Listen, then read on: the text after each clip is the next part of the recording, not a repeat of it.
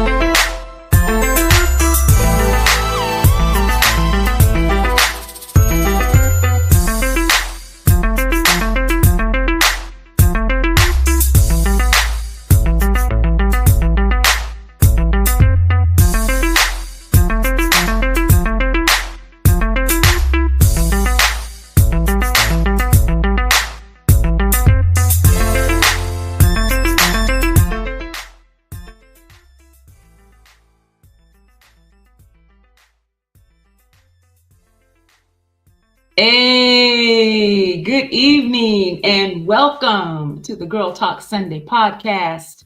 I am your host, Sandy Best Life Jones, and I am here to help women from all over the world. I don't care who you are. Discover the purpose and the plan for your life through honoring God, honoring your body, and owning your worth. Yes, we are a faith-based platform, but all who come in peace are welcome. Thank you so much for joining me tonight. I have been looking forward to speaking with my guest tonight for weeks now. We did our pre-interview on December 10th, and I've been so ready to have this conversation with her. She blew me away in the pre-interview. And what's so funny is that we've been Facebook friends for a long time, but I've never met her in person. I'd never spoken to her until I did her pre-interview. And I just have 5 words to describe India Irons: young, gifted, Black, beautiful, educated. Period. That's India in a nutshell. I was absolutely blown away by her story. And it reminded me, and it actually made me ask this question of myself. You know, Sandy, are you doing everything that you can do to actually live and thrive while you live? Are you living while you live, or are you just existing? Because India has done some amazing things in her young life. I think she's about 33, 34. She's around the same age as my son. And from childhood on up, she's had so many God moments in her life that inspire me greatly. And I was so pleased to make her acquaintance and to actually have a chance to sit down and talk with her. And so I can't wait to bring her out. She's in the green room. I see her right there. But before we do that, you know what I'm going to ask you to do? I'm going to ask you to stop what you're doing. Share the live right now. If you're watching on YouTube, share. If you're watching on Facebook, share. We want to get as many eyes on this interview as we possibly can. I see people in the chat already. Hi, Tabitha. That's my girl, Tabitha. She is in the chat ready to go. So I'm going to bring India out in a few minutes, but I want to give you a few seconds to like this video, share this video, and if you're watching on YouTube, subscribe to my channel, because that is the best way for you to be notified every time I go live, because you don't want to miss it. You don't want to miss that. All right, so those of you that follow me on Facebook, you know that I recently bought a pair of the new Ray-Ban Meta smart glasses. And I've been trying them out. I've had them for about 3 weeks now. And I wanted to give you a really quick demonstration to show you what they do because I love these glasses. I think it's so exciting to me. My daughter said it's like wearing a cell phone on your face because you can basically do almost anything that you do with your cell phone, you can do with these glasses. So I want to show you. Hold on one second. So this is what you do. This is how you prompt your glasses. Hey, Meta, start video. You see that light? I'm videotaping myself right now. Is that not the most incredible thing? And some of y'all may have these glasses and you've already tried them. I don't know. But this is my first time trying them. And I just can't believe a pair of glasses can do this. Hey, Meta, stop the video. See? Hey, Meta, take a picture. Y'all, I'll be over here acting a plum fool with these glasses on. I love them. They're built, the AI feature is built in. And so if I want to know where the nearest restaurant is that serves carnivore type food, because you know I'm a carnivore now, I eat a meat-based diet, I can just say, hey, Meta, where's the best carnivore restaurant in Tacoma, Washington? Let me see what she says. One highly recommended option in Tacoma is El Gaucho Tacoma, an iconic old school steakhouse with a 4-star rating. I don't know if you could hear that, but she recommends El Gaucho. It has a 4-star rating. Like, really? Really, y'all? Now, I have to be completely transparent. The one thing that would make me take these glasses back, and by the way, they charge in the case. So you put them in the case, as you can see. Oh, the green button went off. And they're charging right now. They charge in the case. I love it. It's just so creative, so innovative. But the one thing that might make me take them back is that I think I'm having an allergic reaction to them. I have a rash on the back of my ear, and I haven't really worn them very often or very long, but I noticed that I had a rash on the back of my ear, and so I had to put some hydrocortisone cream on the back of my ear. So if the glasses are causing that rash, I got to figure out a way so that the arms of the glasses don't touch my skin. Otherwise, I got to take them back. I mean, I can't have my ears looking all chewed up like a barracuda and I got a hold of my ear.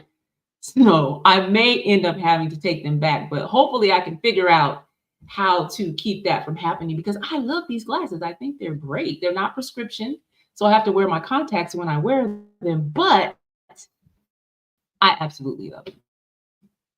So we'll see. I'll let y'all know if I end up having to take them back. All right.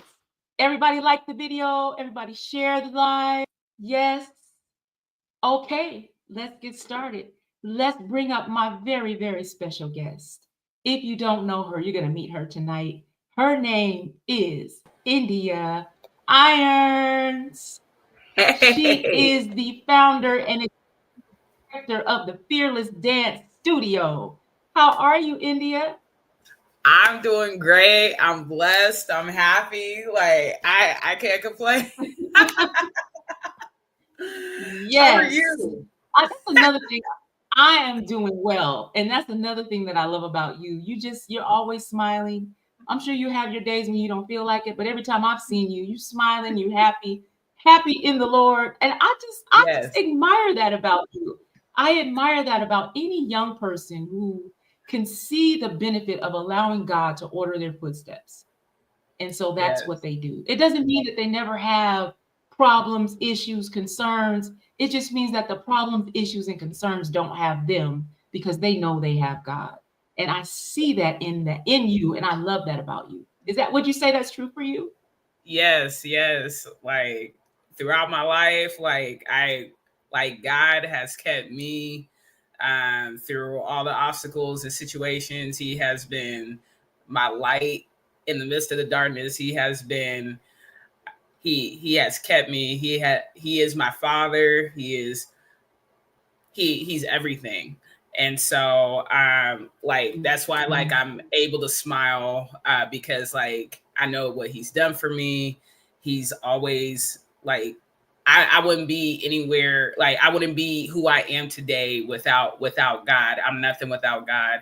And it is through God that I'm able to share my testimony and everything that I've been through and why I am like how I'm able to give back to my community, and that everything like you'll hear about Fearless Dance Studio, like my dance is bigger than me, and that's through God. So like that's all I can say. I love it. I love it. I want you to know that your interview is the first interview where I've ever written down questions for my guest.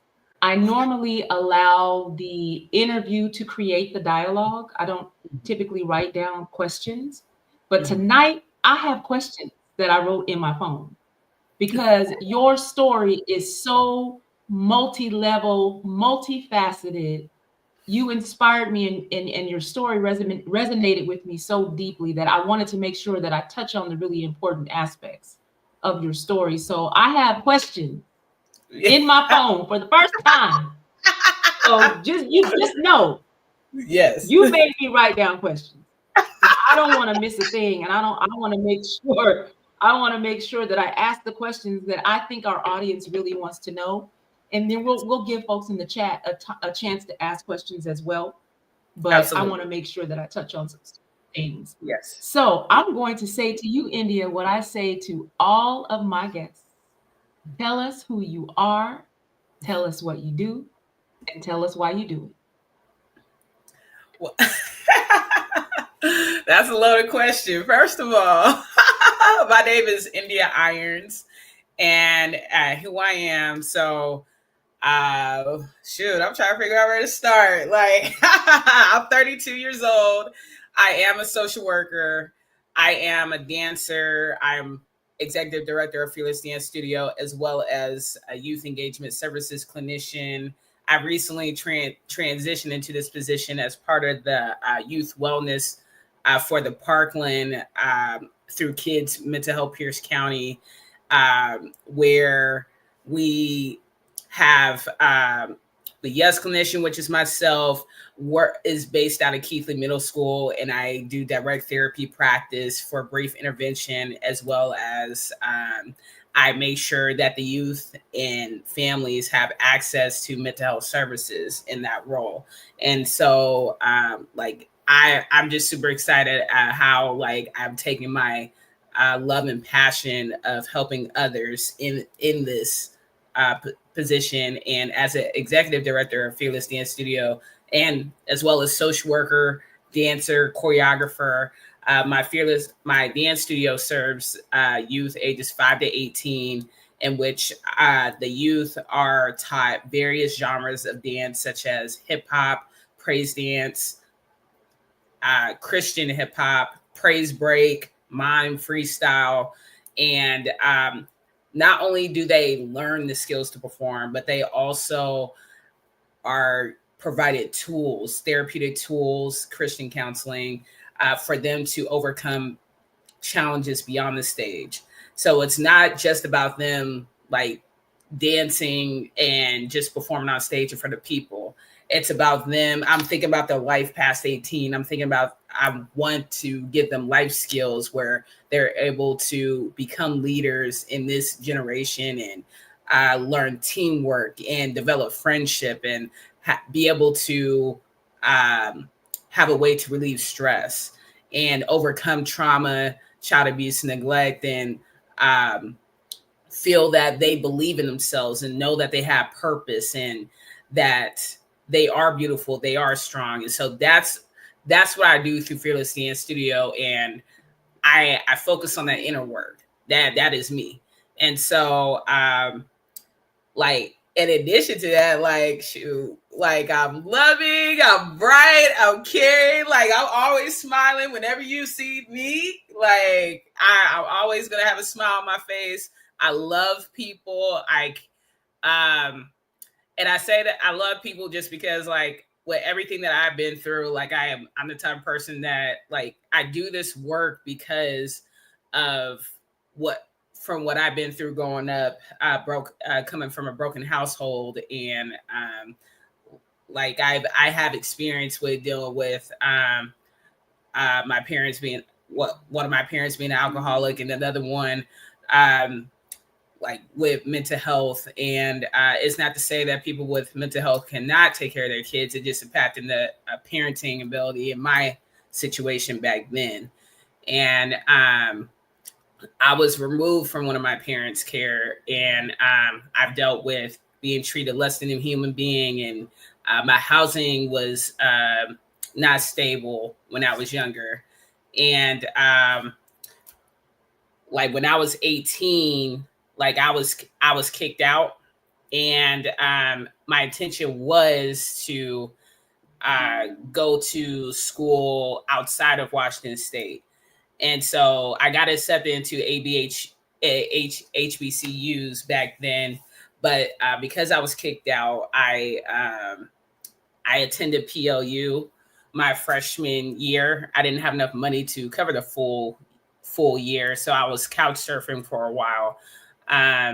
But the Boys and Girls Club of South Puget Sound, they paid off what I owed the first in the second semester in order to assist me to transfer to University of Washington Tacoma, which I've received my bachelor's of social welfare, and as well as went back for my master's of social work degree. And part of the conditions of them assisting me with college was I give back by working at the Boys and Girls Club. So I Fearless Dance Studio didn't just start as everybody sees it now. It started years ago when I was teaching at the Boys and Girls Club, and the dance room was a home away from home for the kids that I taught back then. And my dance room was a safe space. It was a creative space. They have fun. And I saw what dance was doing for them back then. It touched a lot of lives, a lot of performances. And like the parents came in and watched their kids perform. The summers, like I remember how my dance room was over capacity. So I saw what was going on, how dance made an impact. But I also knew that some of my students were still going through problems at home. And some of the stories I've experienced myself when I was younger. And so after getting my bachelor's degree, I transitioned from performing arts coordinator, program specialist at the Boys and Girls Club to working at Department of Children, Youth, and Families. And so for 2 years, I was in the front end. Everybody's familiar with Child Protective Services. I did that for 2 years, and as well as family assessment response. But majority of my time at DCYF was as a child family welfare services caseworker. And the reason why is because I wanted to work towards reunification with the parents. I wanted to bring families together, and that's something that I have not personally experienced when I was young, because I've grown up in a broken household, and so that's what I want to do for the families that I worked with.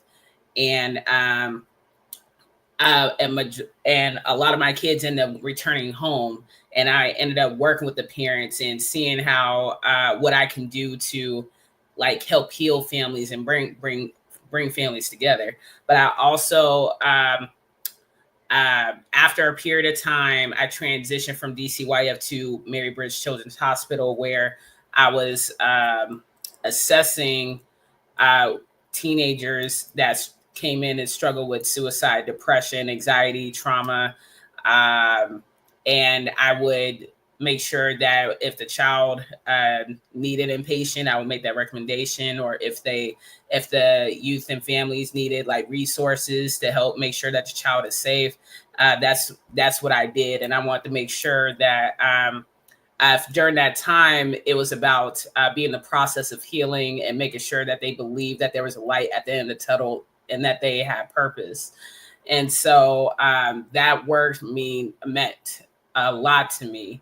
And then I transitioned, as I mentioned, now that in my current role as a youth engagement services clinician. And so the reason why, like, if you notice with my career, is like the reason why I have done my why is that it's because of what I've been through and what I have to overcome. It is and through Freelance Dance Studio, my message is that my dance is bigger than me. And I wanted to make sure that the youth had a fighting chance, a voice, and empower them to believe that they can make it, because that's what God has done for me.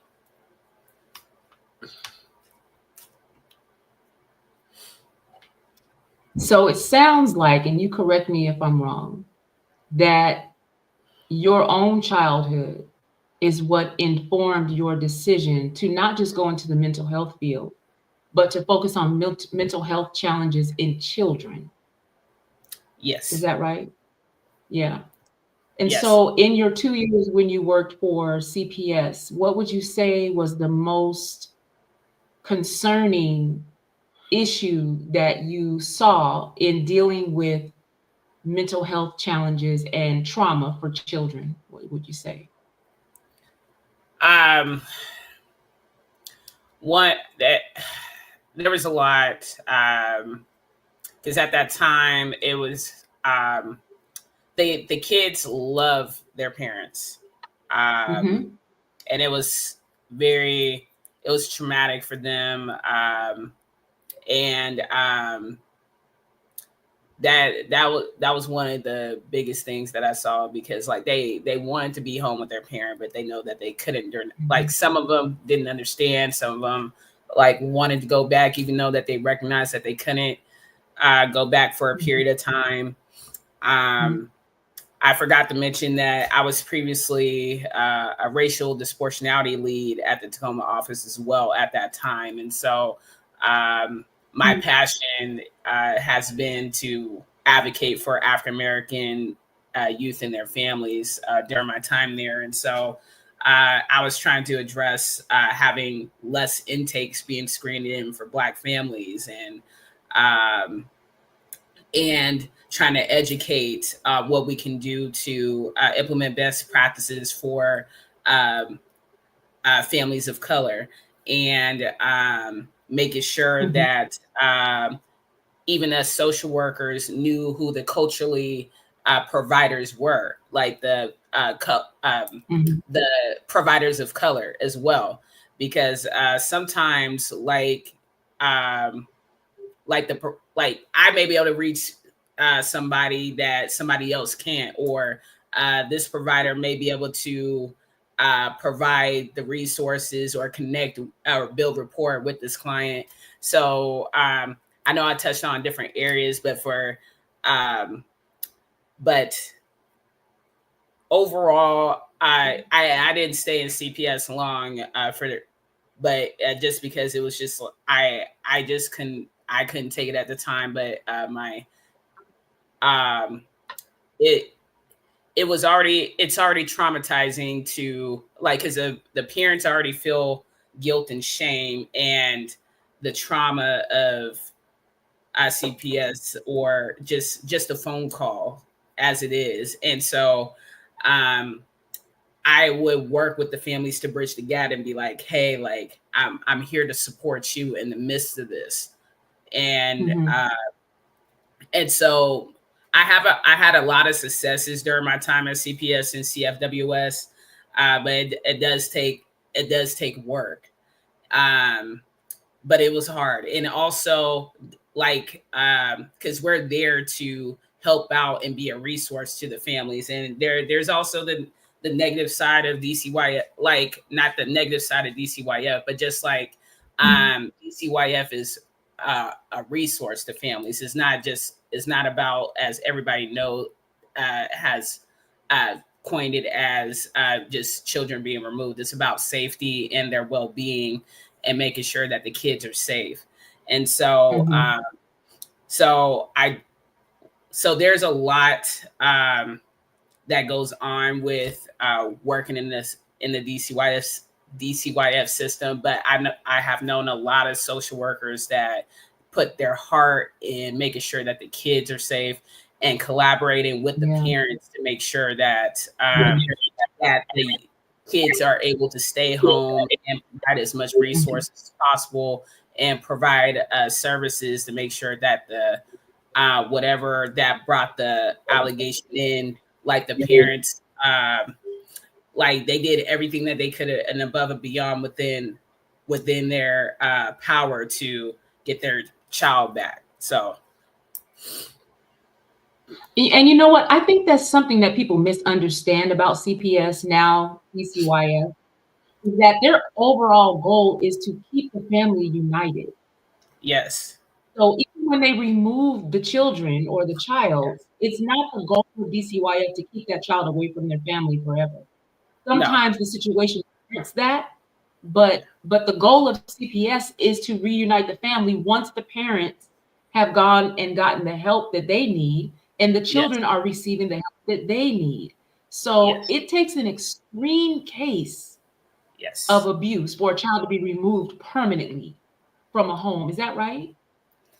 Yes, and the social workers in the DCYF does they do reasonable efforts, active efforts on the cases to provide services, whether that's court ordered or involuntary, to give the parent, and even like bus tickets or offering rides or stuff like that to make sure that the parents has the avenue to be successful and get to where they need to be. And we even share planning meetings where everybody's across the board and seeing like, what can we do to move the case forward? That was share planning meetings, that was permanency planning meetings, that was family team decision meetings, and we're bringing in like, okay, how about an auntie come in and be a part of this, like, or a neighbor, or who is the suitable other. A suitable other could be like someone that may not be blood, but like still close to the family. So whatever that may be to help the case move forward, like there are efforts done to do that. And I myself and a lot of social workers at DC, like I'm no longer in DCYF, but right now, but just that I've known amazing social workers that worked in the Department of Children and Youth that put it like they give their all, even if it starts at 8. Some of them are transporting kids to their visits at 6 o'clock or staying after 5. And so, and even there's this policy where if a child, if a parent thought that they had Native American ancestry in their family, the caseworker was mandated to treat the case as active efforts until like there was like evidence to, or the court deemed that it wasn't a Native American ancestry case. And so I know for me, for my caseload, and I know some social workers have to the best of their ability, but I know on my caseload, even if the parent did not identify as Native American, like I was still doing active efforts for everybody on my caseload to the best of my ability, even making sure that the parents knew where the court order service were, or if I offered more than one bus ticket or offered a ride to an appointment or a scheduled appointment for you, or transported their child to their visit to see their parent. Like those are the type of efforts that the caseworkers be doing to showcase active efforts to reunify families. Right. And I work for DSHS, and I've been with DSHS for 11 years now, 10 of those years as a case manager. Just recently got promoted to social worker. And I have some really great case or social worker friends that I reach out to. One works for DCYF, and they both do. They both work for DCYF. And I reach out to them when I have a case where the children have been removed from the family. Mom is trying to keep her cash benefits going, but the family member that the children are with are applying for benefits as well because they have these children that they have to take care of and they need some extra assistance. And so I'll reach out to my friend Tanya Miller. I'll reach out to my girl Jamia McRae because DCYF has so many resources. Yes. And support services for families. I don't think people know. I think that when we think about CPS, we think about, oh, they're going to take my kids. They're going to take my kids. They're going to put my kids in foster care. But it's different now. They want your children to be able to come back home and be reunified with you. But there's some work as the parent that you're going to have to do to get your children back in the home. And they will help you do it if you accept the help. So many resources, so much support with DCYF now. And I know I keep interchanging the two, but because it's Department of Children, Youth, and Families now. But you know what? I can even say, like, personally, like, because as I've grown up as an adult, and this is outside of DCYF, I like with my parents now, because I don't have a close relationship with my parents, but like I have to forgive them and all that kind of stuff. But it made me learn that as I've gotten older, that they had to there's trauma that they have experienced, and they took care of me the best that they could. And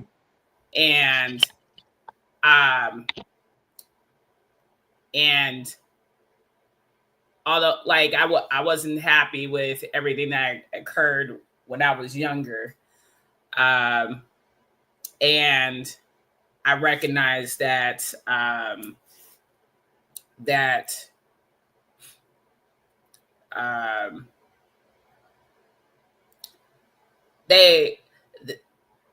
this is something healing. The healing for them is not my responsibility, and that they have to face it. And so sometimes when it comes to so speaking professionally as previous coach, it's not easy. And I know like everybody that like that's what they think, like remove they think of automatic removal when an intake or allegation in CPS comes to the house. But the thing is, sometimes it could be a call that like, hey, I really need this help. But it also takes a caseworker as well to let the parent know, like we're here to help you. So it takes both. So because the coming in, like they're gonna think like they're facing the shame, they're facing the guilt, but now is the time to face healing for themselves and their family, and that's not an easy thing. That's not an easy thing, because that takes time. And with DCYF, so I previously was a CFWS caseworker. So there's by 12 months or so, I believe. I think that's like around the time that a caseworker will file termination, right? For the child. And this was not my favorite part of the job, but this is where like they put a timeline because the child cannot stay in the system forever. And so when it comes to that, I only brought that up because not to scare anybody, but just to say the caseworker is like, it takes both the caseworker and the parent together to meet the safety of the child within that. And unfortunately in the system that it is, because it's not the caseworker's fault with the timeline. It's just how this system and the policy that's created to try to move things along so the child does not, like, that's from the policy, macro policy perspective per se. But when it comes to trauma like that and work like that and healing like that, it does take time. and that's the only thing. That's the only reason why I say that, like both personally and professionally, like healing does take time. It does not. It doesn't take. It doesn't just take 12 months to do that. It doesn't take just like, you know, but you do have to work towards it and do the work. So that's what I'm saying. In that sense, you do have to do the work, and so with working in DCYF, like I do, DCYF does a, and with you being a DSHS, like so, you know, like you got, we do incredible work with the families, but it takes us, like we are part of that village. We are part of that village to be in support for the families, but it takes us to come together to do that. Right. And when I think when people hear the word trauma as it relates to CPS, I'll just say CPS, they instantly think physical or sexual abuse. But a child watching their parents argue and fight day in and day out is a form of trauma. Yes. So it doesn't have to always be that extreme thing. It can be something like, you know, mom constantly leaving you with strangers to go and do whatever she's doing. It can be traumatic for a child. So when we think about trauma, we need to think about it holistically on every level, especially if we are, you know, parents that are still raising young children. I say this all the time, that we are the first example in all things for our children. Yes. So when they see us as a couple arguing, fighting, saying mean things to each other, not treating each other with respect and love, that can be traumatic for a child. Or when they don't see affection and love demonstrated in the home or with them, right, that can be traumatic for a child. So there's different levels of trauma. And your work as a social worker, you know, is what can help those different levels of trauma. But I want to know how you made the correlation between dance and mental health self-care for children. And I remember you saying in the pre-interview that you used dance to help you deal with your own trauma as a child. So talk to me about that. Where does the dance come in? You know what? And this is a funny story, because how I got started with dance, I was little. I was baby little. What happened is that I believe my parents were still together at that time. So I was attending Child's Time Daycare in Parkland, and they put on the Michael Jackson movie. It was Michael Jackson and his family, and like it showed all the way up to his solo career, and it showed Thriller, right? And I was mesmerized with his dancing, and I saw the Michael Jackson spin in Thriller. You know that part where he was like, he did that spin, it was like Thriller, like that. That was the part. So at the end of the movie, it was snack time. And I was like, man, like this dancing was so cool. I skipped snack time and went straight to recess time and started practicing the Michael Jackson spin. And that's how I started dancing. And I've been dancing ever since I was little. He was my first CD. He was my first DVD concert. He was my, I used to study his moves and my style, the way I hit and my movement. A lot of it comes from Michael, because I do things that like pop and lock with my neck, and certain things with my body and my movement comes from when I was studying Michael. Now during that time, my parents was that I remember, like they did not get along. I have like witnessed stuff when I was younger. I'm not going to speak to specific details.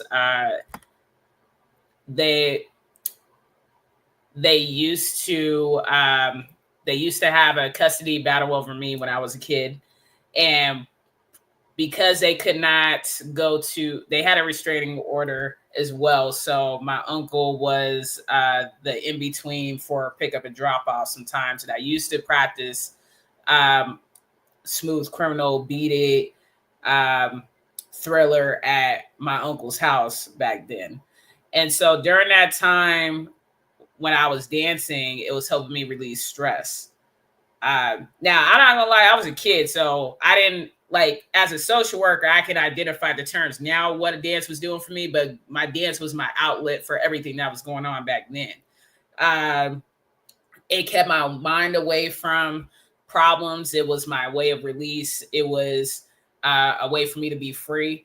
I used to be made fun of when I was trying to do Usher, Let It Burn at Child's Time Daycare. Like, I was one of the young kids and trying to do the glide and everything. I was made fun of, but dance was my love. It was my first love. Now, I was, my dad plays the saxophone. He's known as a professional saxophone player. So I used to have my toy saxophone.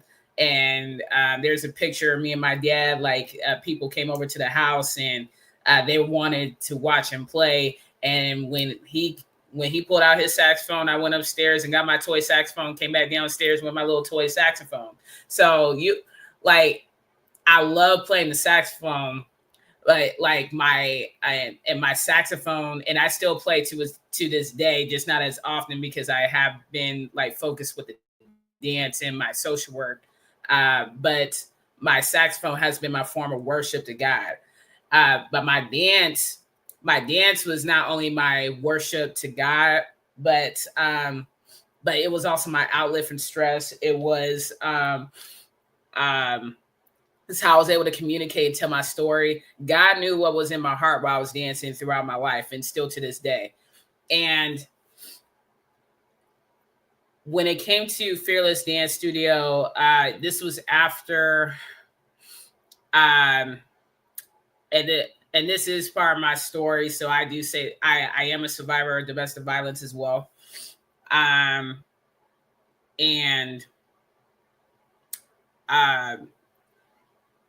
So after getting out of the domestic violence relationship, I went through a season of depression, functional depression, because only I was on my couch, but I got up and worked. Nobody would have realized it. I still attended church. The only thing I could have done, like, I wasn't leading praise dance ministry at that time. It was during COVID. So we weren't dancing. I also was healing from a car accident previously. And so instead of like going out to clubbing and stuff like that, like there was a short stint where I went out because I was trying to take my mind off of it. But there was a point during that depression where like I was like, okay, I need to face my healing. And so I went through that depression stage. And like during that time while I was healing and overcoming depression and healing from that previous relationship, that God gave me the vision of Fearless Dance Studio and what it would do.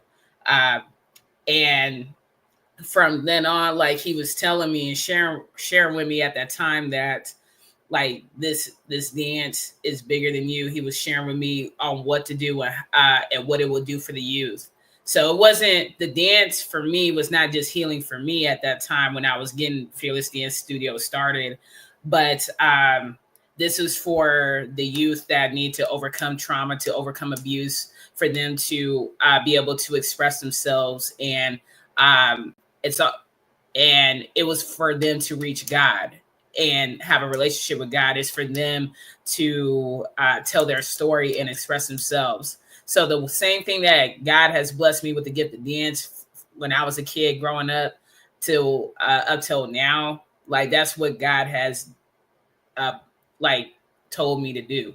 And like he wanted me to like the, so I'm not like when I perform, like I don't just perform, like my intent is not for popularity, not for fame. Like I really don't care about any of that. Like God has done so much for me through dance. And even when I was feeling a low self-esteem within myself, like God has shown me differently through dance. And Fearless Dance Studio. So the name in itself came from Romans 16:20. The God of peace will crush Satan under your feet. I did a praise dance showcase, Fearless Dance into Your Victory praise dance showcase, and that's where Fearless Dance came from, the name itself. From that showcase and from 1620, I Give You Glory by Jonathan Nelson featuring Ty Tribbett. And during that time when I first danced that song, when I first choreographed that song, with everything that I just shared, for like overcoming abuse, facing my healing, overcoming depression, and like everything that I've been through with my parents, like it was a reminder that I have the victory and that I'm not defeated and that I can possess it. I can believe it. That the enemy did not win. And so that message was my anthem and that's why Fearless Dance Studio is as it is, to remind people that they have the victory. So when I teach the kids dance, like we'll have our fun, like do the Tootsie Roll, do some TikTok dance. They will do some choreography that chicken noodle soup, or like some music that like where it has nothing to do with God, right? Like they will just have their fun because they're kids. But I told them, I said, if you get anything from me, like if you get anything from me, it's God, because I want you to remember this song because you have the victory. And I know and it's already been like, I've already seen kids like went from my previous dance room where they're teenagers and they started with me when they were little. They were like, I remember this dance that you taught me. So that I Give You Glory. I teach everybody that song because that's a song that they're going to remember. So even though that they may learn the hip hop choreography or that TikTok dance, they will always remember that they have the victory because of this song or whatever Christian song that I teach them. So the dance empowers them for them to believe that they have the victory. And that's what dance for me is about. So I'm sorry, I know that was loaded. That's okay. That's okay. I want to switch gears a little bit and talk about your educational background, because it takes a lot of work to go from a high school diploma to a master's degree. And it wasn't a smooth transition for you. There was some bumps in the road that you had to go through in order to finish out and complete your master's. So talk to me about the mentors and the coaches that you had in your life when you were going to school. You graduated, went to PLU, couldn't finish at PLU because you didn't have the money that you needed, and you ended up needing to transfer. And then the Boys and Girls Club stepped in and helped you do some of that. Who were some other mentors and coaches and advocates in your life that helped you during that time? And how did you keep going? What kept you focused and driven so that you could keep going and finish all the way through to your master's degree? You know what? So my mentor at University of Washington Tacoma was Dr. Howard.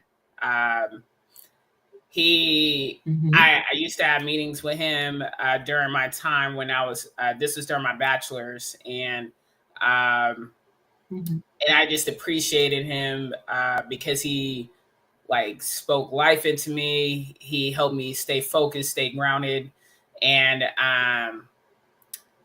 he was helping me decide what career that I wanted to get into, because I was like bouncing back and forth between like women's, I forgot the name of the major, but like it was about advocacy for people and women, and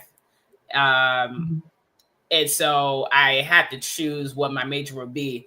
But social work ended up, he helped me decide that social work was my major, because of like it was kind of like it was it was it was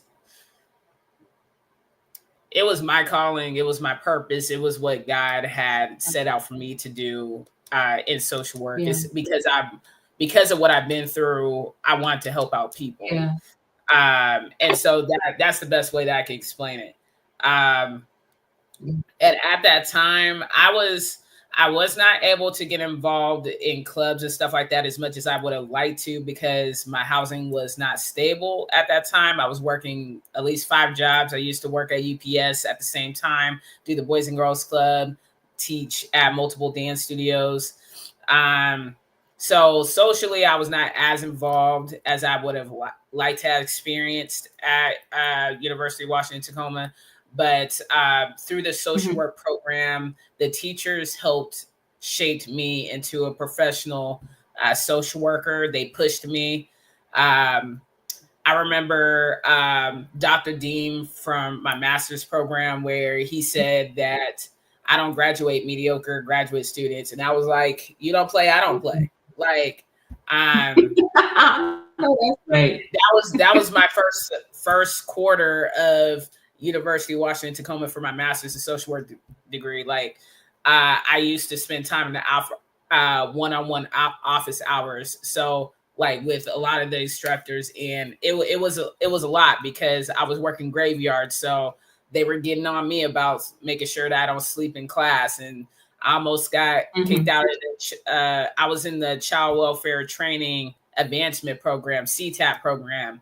And like my field instructors were my mentors to me during that time to get into child welfare. And they seen how much I have grown from a student that was hustling to a social worker that advocated for people. But it was not easy because like my situation was like working multiple jobs and trying to keep myself awake during classes and making sure that I did all my homework and assignments and everything.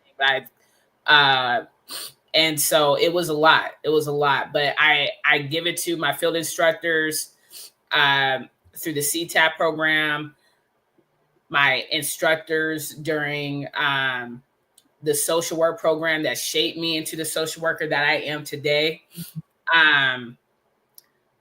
They believed in me. They pushed me. They challenged me.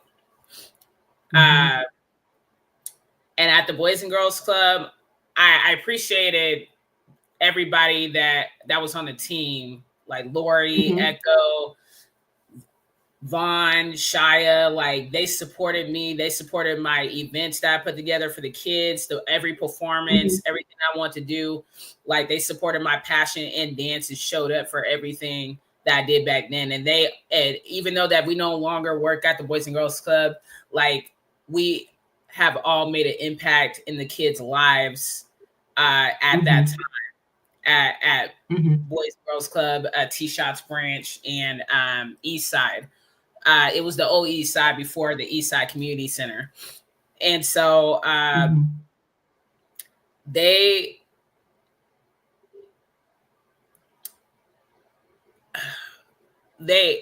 wasn't, I can't even say just the Boys and Girls Club. It was the people in church as well. Like I used to attend Blessed Temple Church of God of Christ, and they were my church family. And during that time in college, and I used to work multiple jobs back then, and it was rough. There was times that I wanted to give up, but I still served in the house of God. That was my safe place. That was my home away from home. That was my place to just be in the presence of God, where I have a reminder to keep going. And so I do love them, and I appreciate it for everything that they've done for me back then. And they were also my mentors as well. Like, so everybody that has seen me cry, want to throw in the towel and give up and just want to sleep, and like God has put my family together when my own family was a struggle. So every person that who has come into my life, God has put them in my life to help me to be who I am and where I am today. Yeah. Wow. What was your living situation while you were in school?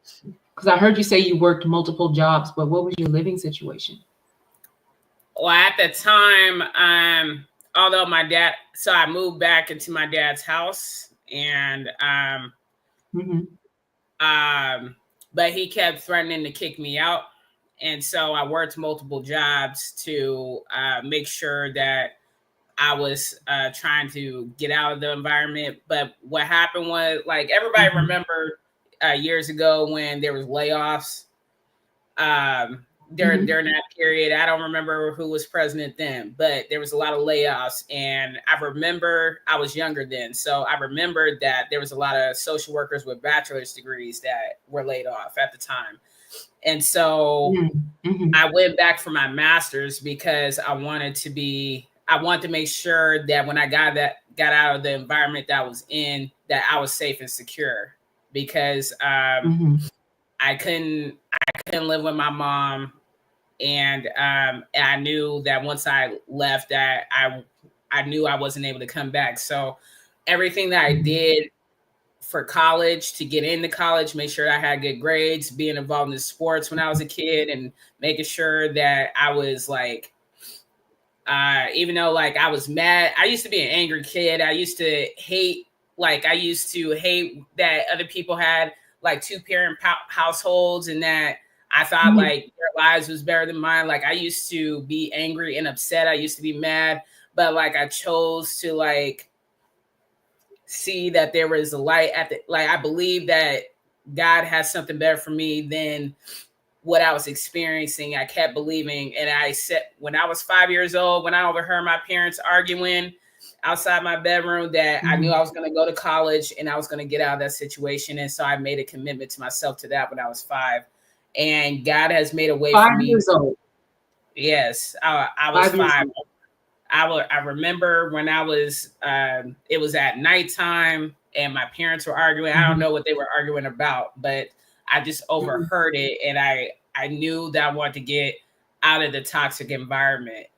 And so when I was older, I know like at 18, he could like, he could, like as a parent, he can kick me out. That's a whole thing. But my thing was, because at the time, like he was married to my stepmom, who treated me less than a human being, that didn't want me there. My dad, he treated me like crap, and I don't think he understood how much him treating me the way he did impacted me and how I felt and my low self-esteem. And like, I don't think he understood how much even though that like he went to work every day, that was fine and paying the bills, but I don't think he understood how much the alcohol impacted him and his behavior in the house. And but that's his, for him to realize. But like, because he was threatening to kick me out, and me working multiple jobs, and because my stepmom didn't want me there, like I didn't come back to the house till late at night, because like they wanted me to like invest in the house and help pay bills, and I was like, you guys don't even want me here. So like I spent less time at the house. I do have 2 younger siblings. Not a lot of people know this, but some people that know my family do, that I do have 2 younger siblings through my stepmom. We don't have a close relationship, but I have to show myself to be different to my younger siblings, because they will talk bad about me to them. My stepmom, more so than my dad, but they treated me like they treated me at the house. It's been a couple times that I know I made mistakes when I was younger, but I was a kid back then. And to me, I felt like certain things as a parent, there was no excuse. So I did. So I spent less time from the house. I didn't have as much time with my sisters because I knew once I was out that I was never coming back.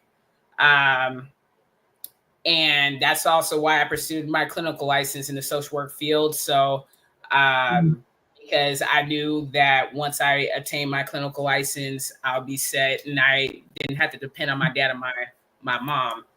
I could once I And you're moved out. finishing those hours now, right? Huh? Are you finishing up those hours now? You're doing your clinical hours now? I'm almost done, so I'll be taking a test later on this year. And Right. once I finish up with the exam, I'll be able. I will not only have Fearless Dance Studio, I will have Fearless Dance Therapy Services.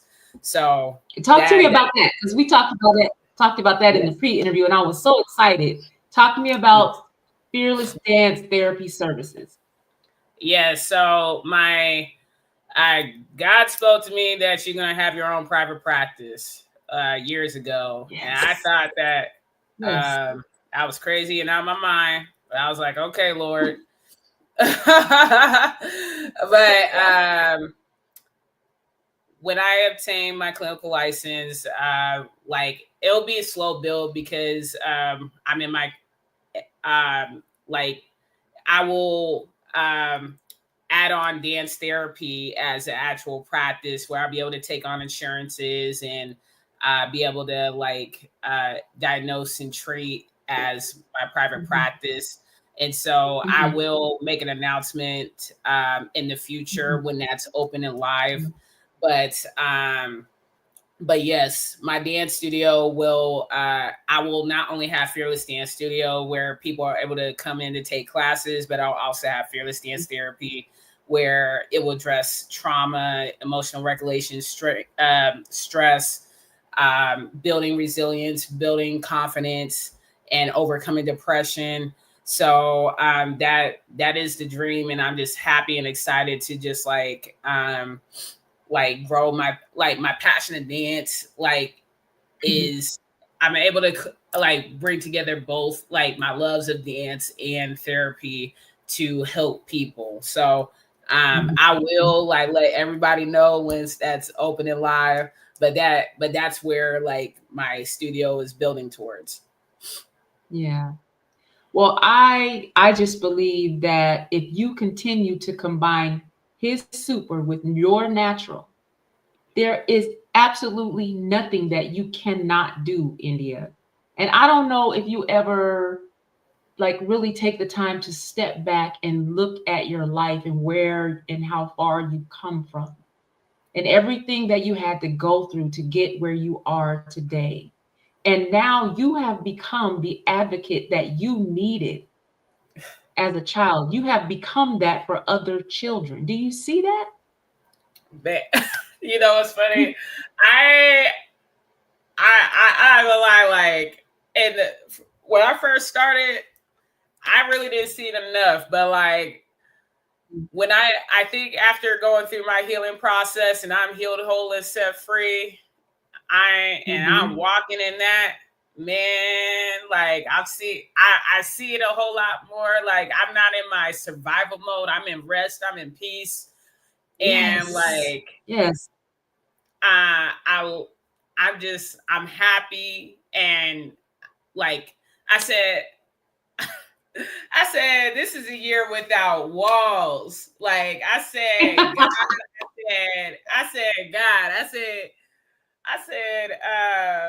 I'm not holding back.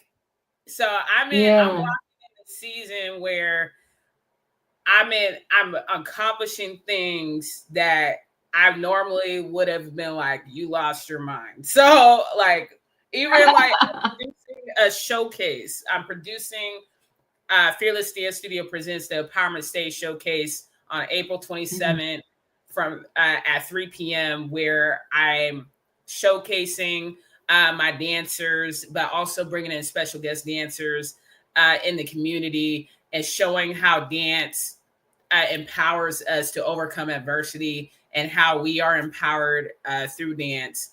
And I will share about my program and get more students into the program, but also bringing community together to for them to see how dance, like for them to feel empowered and inspired through the dance. And so like and also in the future, I'll be producing a praise dance showcase and bringing community together to praise God through dance.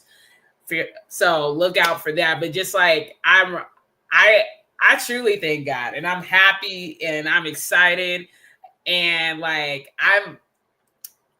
look, I'm just kind of like, hey, like, I'm unstoppable because of God. So like with God, like he got me, and I love him. Like he is my light. So you see me smile, he's my light. That's where it's coming from. Yeah. One thing that I also love about you is that you understand that faith without works is dead. It didn't matter. It wouldn't have mattered if you had faith that you could finish school if you never went to class. Mm-hmm. You still had to go to class. You still had to do the work, and you trusted God while you did your work.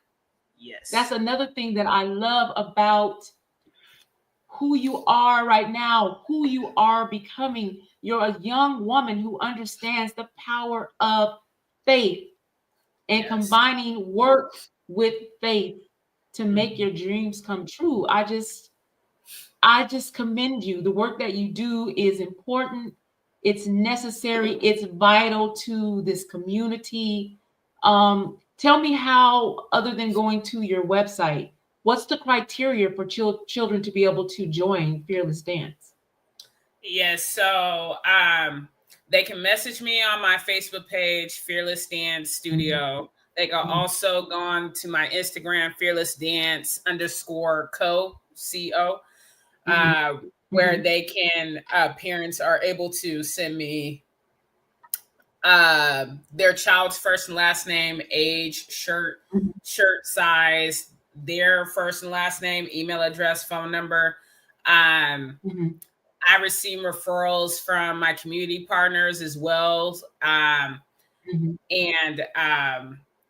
even through my, man, sometimes I have to charge it to my head, not my heart, about my business number, y'all. Give me a second. But my business number, you can also reach me on my business number, 253-392-1485, to also call or send me a message about registering your child to dance. I take ages 5 to 18. And I heard a lot of adults have expressed that they want to take my dance classes. So I am in process of launching a class for adults. And I also appreciate, like, because I don't take this lightly. Like everybody that has supported by enrolling their child in my dance class, my community partnerships, whoever booked me when I used to not have kids, but now I got like up to 20, like, and wow. Like, April 15 makes 3 years, Fearless Dance Studio in itself. And like, I just appreciate like how people has supported, has booked, has donated, has become my partner in doing this work with me. Like for the first, like even getting sponsorships, like I just, this is evidence of how God is doing exceedingly and abundantly above that, like more than I can ask or think, because this is what I foresaw when God told me to open Fearless Dance Studio. And I just know that there's more that God has coming out of me in this journey. Like I'm truly thankful to God. And I know, like, and as God has given me the message that dance is bigger than me, like I recognize who I am in doing this work. Cause like I know, like, I don't have an official title, like in regards to like being a minister, but I minister to these kids. I am their teacher. I am their advocate. I'm their social worker. I'm a community auntie. I am part of the parents' village in making sure that the kids are developing skills and becoming a leader. Like, man, I wish I was able to show you how rehearsal went on Saturday, because like we did a freestyle session, and one of the parents got up and freestyled and danced, and I'm just like, this is a family. So Fearless Dance, like, it has become like developing friendships and family. The parents are friends. They take care of each other. Yeah. They help volunteer, and the parents and the kids believe in me. Even, oh yeah, I forgot, I'm also a dance icon, part of the dance icon competition for Sierra's music video. So please go on my page. I voted for you. Yes, vote for me. Yes. Like, if I were to win this opportunity, is just going back to serving the youth in my community, to serve my community. And so, like,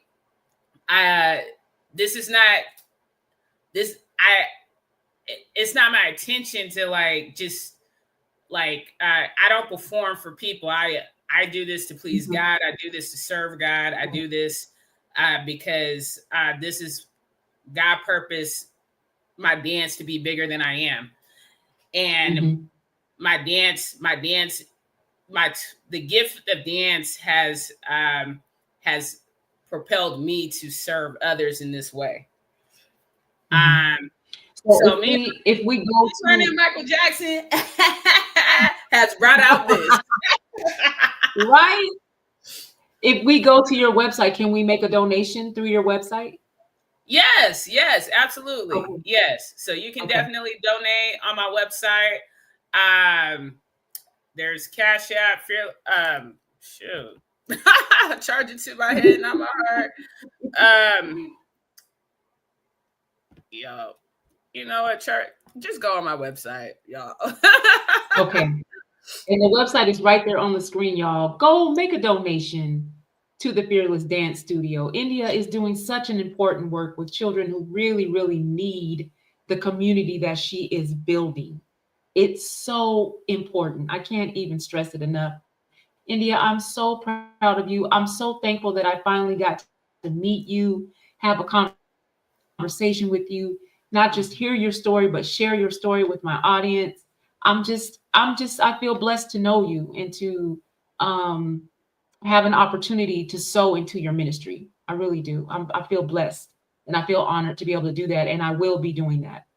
Thank you so much. I appreciate you.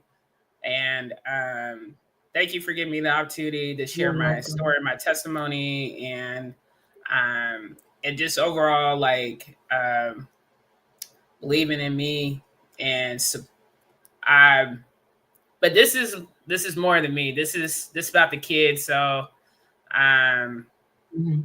like, I appreciate you supporting the youth performers as well. So, like, and it's not just you, that's everybody. I appreciate the community partnerships that I have with Mari, who's booked me to perform, not only me, but her kids, my kids, for the Black Night Market. Aaron through Vital Black Business, Innovative Change Makers, CEO Brian Gatewood, and his work in the community. Like, every person that has booked me, my kids that has supported me or donated, even People's Community Center, Chelsea from Vision Step Team, like, just everybody. Like, I really don't take enough time to just sit back and be like, wow, I'm really doing this. Because I'm often like, I often focus on like what I do for people. So like, this means so much to me. It makes me want to cry. And like, yes, of course, a vacation from time to time, for real. But like, this means a lot. This means a lot. Yeah. Well, before we close out the show, what's one message you want young people and their families to take away from the work that you do? What's the main message of the Fearless Dance Studio that you want people to walk away with today? And the work that you do through the dance studio? The main message that everybody will get from me is that you have the victory, that you will make it, you will overcome regardless of the circumstances. God is the light in the midst of the darkness, and it is through you that it is through him that you will make it. I am a testimony of that. Like my story, my life is a testimony of and evidence to everything that I have shared and everything that I've gone through and everything that I am and everybody that knows me today. Like, because I am nothing without him. I would not be here without him. And there's more to the story as I continue to do this work and as I continue to evolve. And so that is a message that you receive from me, is that through my story and through Fearless Dance Studio, that you will make it, and God is the light. And so even if people don't, like, not everybody that comes into my studio believes in God, but they do experience God in that room. Yes. And so even if they may, like, not everybody's, like, a lot of my students stay with me for years. A lot of my students stay with me for years, but they still remember that move that I taught them. They do remember the message. They remember me teaching, like, and to not give up and to persevere. Like, my story and my life is a story of resilience and perseverance and to not give up. That has always been who I am, but I'm also some of the story that I have shared along this podcast is that I'm in this journey of wholeness and freedom and forgiveness and overcoming trauma. It's not to say that the triggers do not come back. It's not to say that the devil's not going to rustle your feathers or, like, he's going to do whatever he can to regress you back, but you still see God. You still keep pressing forward. You still keep going, because the reason why the attack is happening and you're going through is because you're closer to your purpose and to your breakthrough. And my life is a testimony of everything that I've been through, that I had to overcome, because I did not give up and persevere. And that's why through Fearless Dance Studio, why it was it comes out of I Give You Glory by Jonathan Nelson featuring Ty Tribbett. Romans 16:20, that the God of peace will crush Satan under your feet. So he's already crushed. We need to believe and walk in that we have the victory. So that's what you'll get from me. Yes. Amen. Thank you so much for being here tonight, India. I want you to know that you have my full support for the Fearless Dance Studio and the work that you're doing with the children of this community. They need it.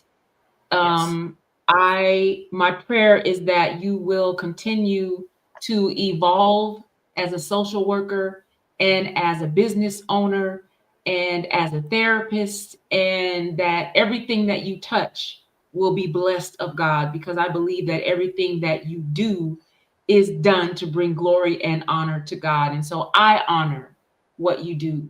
And if you need any kind of support, if I can do it, you have my support. Absolutely, 100%. Any fundraisers, if I need to amplify what you're doing on my social media, I will absolutely do that for you, because I see the difference that you're making in the lives of young people.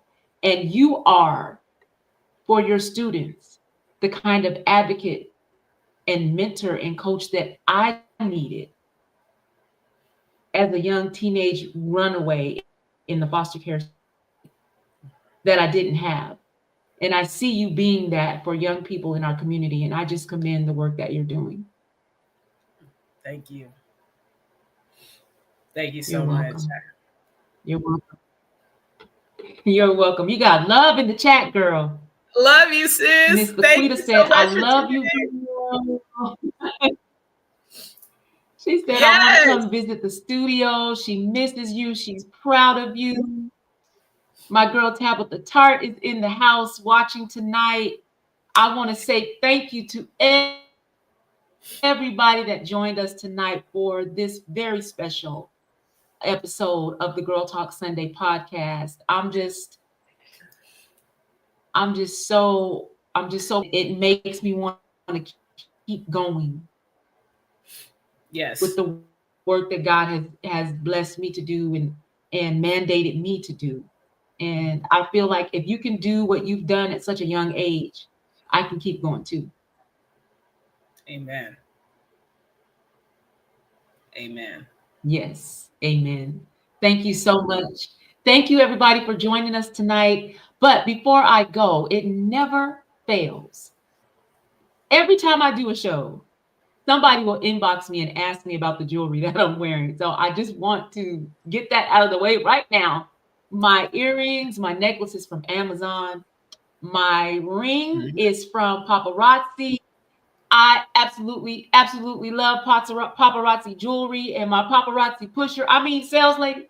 Come on. All of Come my paparazzi. on. 'Cause, listen, I budget for paparazzi, honey. Just don't get it twisted. Her name Let's is go. Nasmi, and I want to put her information on the screen right now. You can reach her on Facebook and IG at Be Adorned by Nasmi Chantel. Oh yes. Oh my God, she will go live with her paparazzi jewelry, honey, and we just be up in there just Oh, acting crazy over this jewelry. come Good on. quality, well made fashion jewelry, $5 a set for the necklace and the earrings. Yup. And then she has others that cost a little bit more, but this is good quality, really Yes. great jewelry that I absolutely love. But I have to Yes. budget for it because I will go overboard. Every Thursday when she goes live, I'll be up in there on my keyboard trying to order stuff. So I have to be careful with that. But if you would like to order your own paparazzi, you can do so through my good friend, Be Adorned by Nasmi Chantel. You can find her on Facebook and Instagram. This is my absolute favorite ring. I love this ring. I Come wear it all on. the time, but you're gonna see me wearing paparazzi all the time, y'all, because that's what I do. So every show, I'm gonna make sure that I let you know what I'm wearing for the evening. Now, coming up next week, my next guest is the absolutely delightful Angela Jones. She is, let me make sure I get this right because I think that Angela is I see a lot of myself in her. She's a Black woman entrepreneur. She owns, I want to make sure I say it right, Ataruka Coaching, Consulting, and Mentoring program. And she is the CEO and the owner. And let me just tell you just a little bit about her. She's the CEO and founder of Ataruka, an international platform that provides leaders of all levels with coaching, consulting, and mentorship. And she is coming to the Girl Talk Sunday Sofa next Sunday at 6 o'clock to talk about the work that she's doing and how she's making a difference in her own community as a mentor, a consultant, and a coach. And she has such a sweet spirit. That's one of the things that I really enjoyed about her when we did her pre-interview. I've never met her. Oh, yep, you know what? I have met her in person because we go to the same gym. But I didn't know about her consulting company until I did her pre-interview. And y'all, I'm just in awe of these beautiful Black women that are walking out their purpose with grace and with dignity and caring enough about their community to give back in a way that empowers other women to walk out their purpose too. I'm in awe of that. That just makes me happy. So come back next Sunday, 6 o'clock, live right here on Facebook and YouTube for the Girl Talk Sunday podcast. In the meantime, thank you so much for watching. I love you all. Good night and God bless. Yes.